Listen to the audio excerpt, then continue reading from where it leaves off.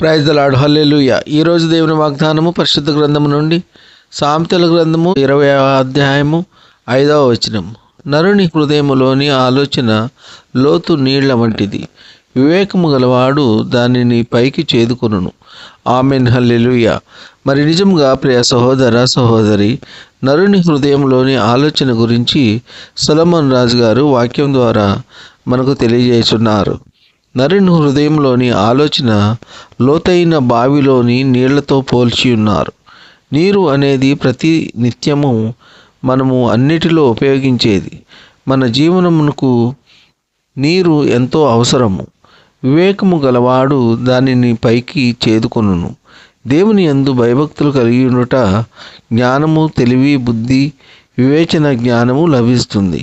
కావున దేవుని యందు భయభక్తులు కలిగి, వివేకము కలిగి, లోతైన నీళ్ల వంటి ఆలోచనలు సఫలపరచుదాం. ఈ కొద్ది మాటలు దేవుడు దీవించునుగాక. ఆమెన్.